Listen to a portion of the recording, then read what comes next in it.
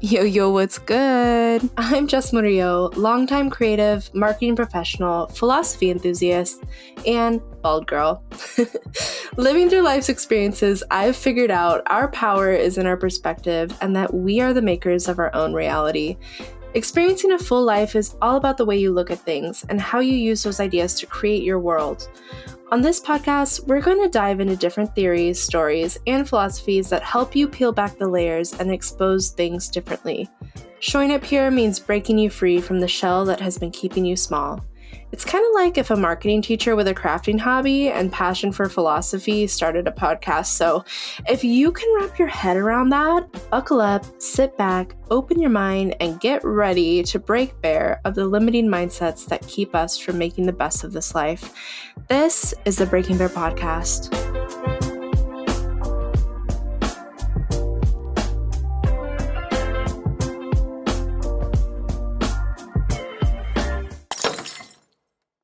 I have had the most magical week and absolutely adore being 30.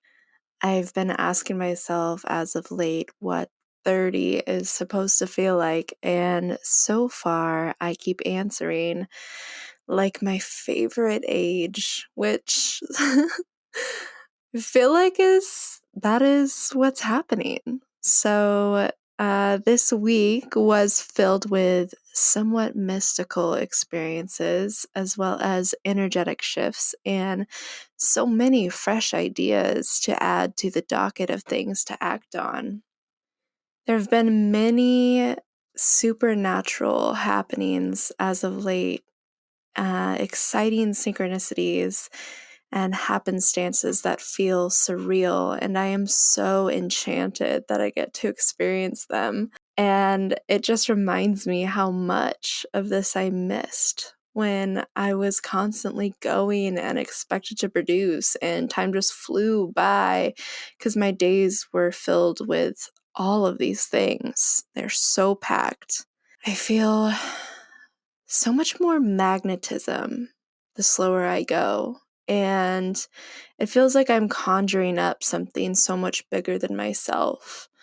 Every day I'm inside this new life of mine on my own terms. We have many lives, I've found, and I can tell you that this is the first one I've been ecstatic to be starting. I've been doing a lot of thinking lately about the intersection of spirituality and business. One of the parallels I've been focusing on is the idea of sales and marketing as the divine feminine and masculine. We see a lot of the divine feminine and masculine in Eastern religions such as Taoism and Buddhism. I think this comparison is so rich and is a new adaptation I'm planning to use in my own brand and business, and I hope you notice. But if we break down the feminine and masculine, I always like to have the yin yang in my head. The yin being feminine, darkness, flow, creation, and the yang being masculine energy and light, providing and expansive. And of course, there's that small dot in either of the corresponding teardrops. When we superimpose the feminine and masculine with sales and marketing, it's easy to draw comparisons. Selling is this external expression of promotion and providing service and support and giving direction. And when we approach selling in this manner, embodying the energy of a healthy masculine, it's easy to create boundaries in our marketing and approach sales in an appealing way. When we focus on the core of the masculine, specifically providing and service, selling goes from this task we have to produce and transforms into this generosity we get to perform. While it is a skill to practice, sales as the masculine can be something we embody as opposed to this results-driven production we have to accomplish. Now, sales can get out of whack when it's done robotically. I often think of the spammy cold caller who calls once a day, despite having been told multiple times it's not time for his service yet and there's no need. Or the vendor salesman who brings a box of donuts into the office once a week on the same day, despite being told that everyone in the office is watching their weight and nutrition, just hoping to catch a fish. The toxicity of the masculine can also be evident here, turning the feminine counterpart of marketing into an overly aggressive and analytical metric-based system. Marketing is really supposed to be this nurturing, creative, passive system that allows relationships to eventually convert. It doesn't require anyone to sign on any dotted line and cross T's and dot I's. It simply holds its palms out with an offering and well wishes and waits to receive. I lectured on this in a coaching program briefly that I'm currently participating in, and one of the things mentioned was the corporate projection of the masculine onto marketing in a way that's so exhausting at this point. It's the forcing and the coaxing and the sales psychology and the promotional dramatization that gets so yucky. And I think anyone who lives in the contemporary Western world feels it. And it also robs us of such a beautiful experience that is making money and attracting aligned buyers and the joys of building business and figuring that out. Part of feminine energy is feeling around in the dark for a bit before that breakthrough to the masculine or to the brighter side, to the light. Hey there, maker. Feeling a little heavy lately? The world can do that to you. Whatever it is that's bugging you, I wanted to tell you about a new corner of the internet where you can lay your burdens down, unconditionally. If you find yourself needing an outsider's perspective, or you feel like you have to get something off your chest or hash something out, but you don't really know who to turn to, I get it, and I've been there. I'm no expert, but I do know the loneliness of not having a shoulder to lean on or an unbiased opinion, and I don't want that for anyone. So I'd like to invite you to Dear Jess, a new corner of the internet where you can virtually scream into a void or get a thoughtful response to something you're ruminating over by yours truly. If there's something grinding your gears or stuck in your craw, let it all out here. I'll lend an ear and respond however you choose, or not. Simply fill out the form, press submit, and wait for your reply. Don't be shy, all topics are welcome. Give it to me, I can take it. So if you are interested in sharing some secrets, visit www.ladyandlionco.com and click on the tab, Dear Jess.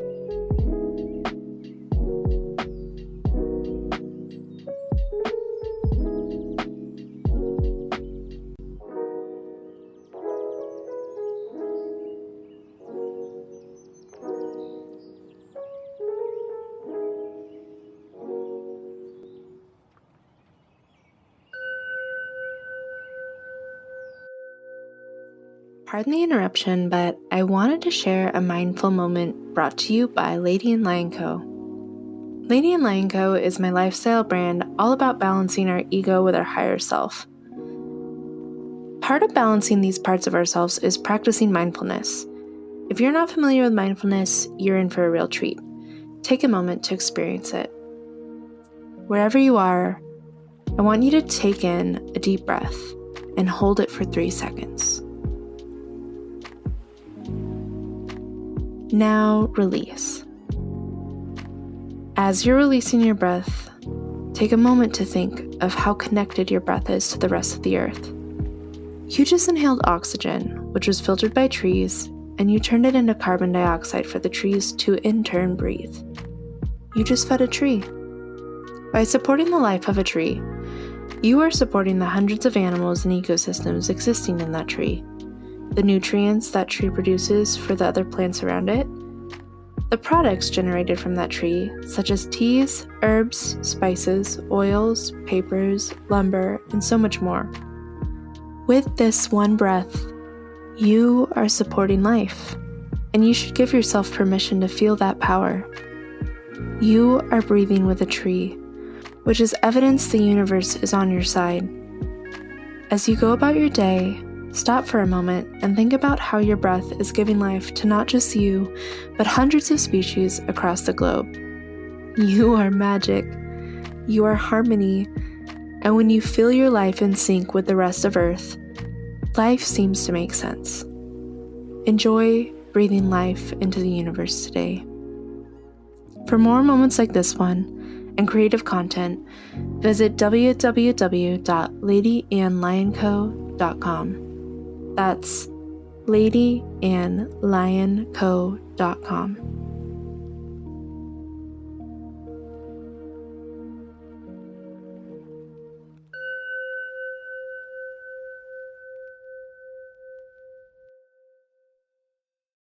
Additionally, this hyperfixation on sales and converting takes away the sexiness that is marketing. Marketing is the business of desire. It's the flirtation, the glances across the room, the sultry movement, the dropping of the handkerchief, if you will.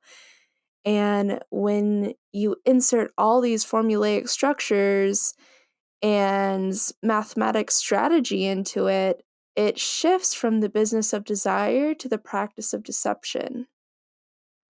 Now, I'm not saying that you should abandon all strategy when approaching sales and marketing. I believe in strategy, and in fact, I feel certain strategies are merciful. We humans, we often need help to finalize a decision, and when things like urgency and scarcity are used in tasteful ways, without pressure or force, it's appropriate. However, when sales and marketing shift into results-based planning instead of relationship-based, that's when they become temporary responses to consumer-based trends, and they are bound to fail in the time of the next recession or pandemic or anything that adjusts consumer buying habits. What the masculine and feminine both have are two innate ways of caring for one another. On the masculine side, we provide a service or product for someone to benefit from, and on the feminine side, we nurture that relationship by offering our unconditionality. And imagine that shift for you, going from I need you to pay me to take it or leave it, it's here when you need it, let me know if I can do anything else for you. When we use sales and marketing skills in this way, it builds loyalty and a mass of eager advocates as opposed to transactions waiting for the right time to buy. When we offer a whole world to engage with and products and services become only a small part of our greater contribution to consumers, we welcome collaboration and conversation and community, which are the building blocks to a strong foundation of relationships. It actually makes me sad, and I feel so unaligned when these marketing bros, and no offense to any of them, I understand there are more than one way to do things, and that these skills do have value and will get you results temporarily. But when they promote specific formulas and equations to convert buyers, they miss out on integral bonds a community can be. It also contradicts the required gestation period any physical manifestation must mature through in order to exist. Throughout our reality, we often overlook the natural law of incubation that is evident in the acorn and the oak tree, for example, and how convenient it would be, and it is, to skip over that period. But if you looked at your audience each as little acorns and you asked them what they needed to become an oak tree instead of shoving numbers and phrases and colors in their face, I guarantee you'll produce something that's timeless.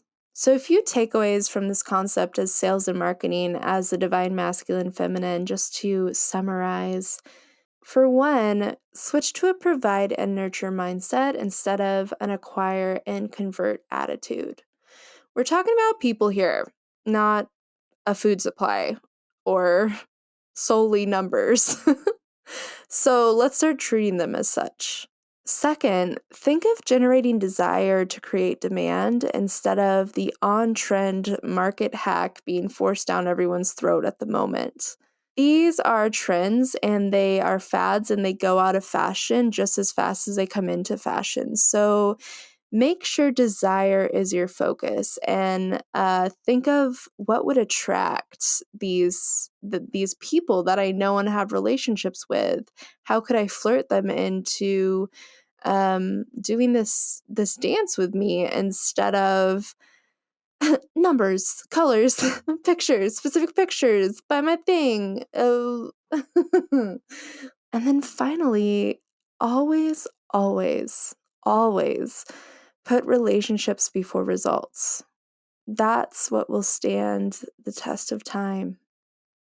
Well, dear ones, if you have any questions or comments about this episode, feel free to leave a review, or you can reach out to me on Instagram at Breaking Bear or at Lady and Lion Co. And if you think a friend or business partner could use this episode, send it over.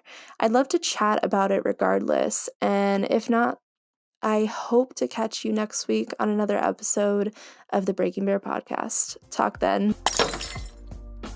Thanks for tuning in to the Breaking Bear podcast. If you could do me a solid and think of one person in your life who needs this message, could you forward this episode to them with a loving note referencing why you think they should hear this and that you're thinking of them? You would absolutely make my life and be contributing to serious good vibes. My goal and vision for this podcast is to help empower people by facilitating connections and sharing perspectives, so people don't feel so alone in their experience. But I cannot do that without your help in spreading the word.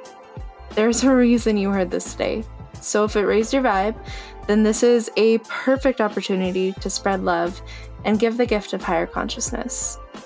Thanks again for listening, and as always, I am sending you so much love. I know I just said vibes like 3 times, but I meant it each time. Anyway, hope to hear from you soon, and until next time.